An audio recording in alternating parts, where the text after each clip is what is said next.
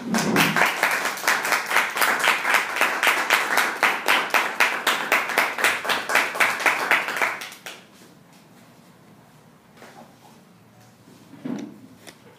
Toastmaster, fellow Toastmasters, welcome guests. I was told that SEMA Toastmasters Club, there's no such thing as most welcome guests. Welcome guests. Nick. Nick. Excellent job.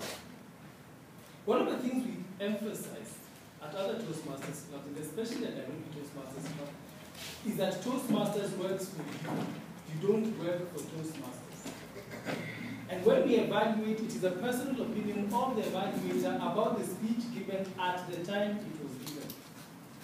It is not a voting session, it is not a collective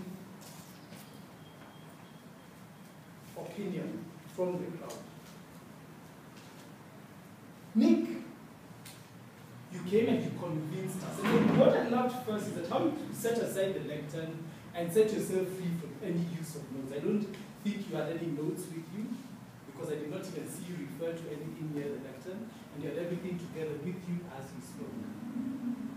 I liked that your voice projects now, and as Harry had said, the first time you used to speak, you really used to mumble and talk to yourself, and it was very difficult to hear you. But I'm glad to hear that your voice is now coming up, and it's becoming more and more audible.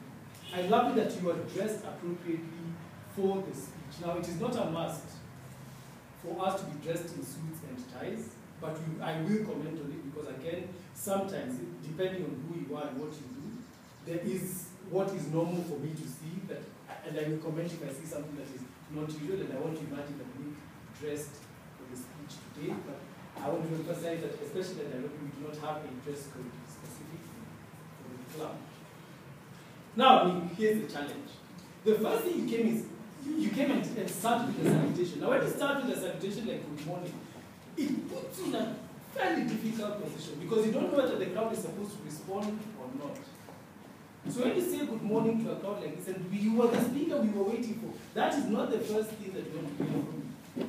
We imagine that you greeted us at the door and you had enough time to speak with you. So I would rather, if you had started with something that was in the middle of your speech, something like a question like, what is Google?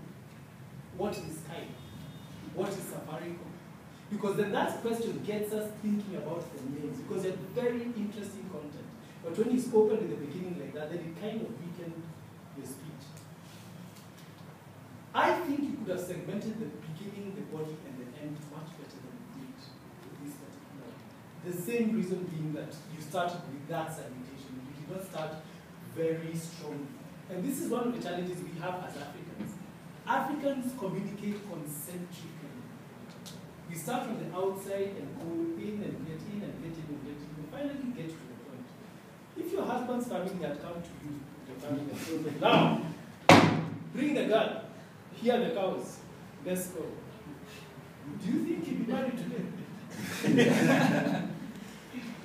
There's a chance that you'd have been beaten to death in that village. That is not how Africans communicate. And that's one of the things that, number one, is a challenge to start with, but again, it's something that we need to work on. And that's why I'm saying that there are some limitations in the use of the language, because it doesn't take into account our own cultural differences.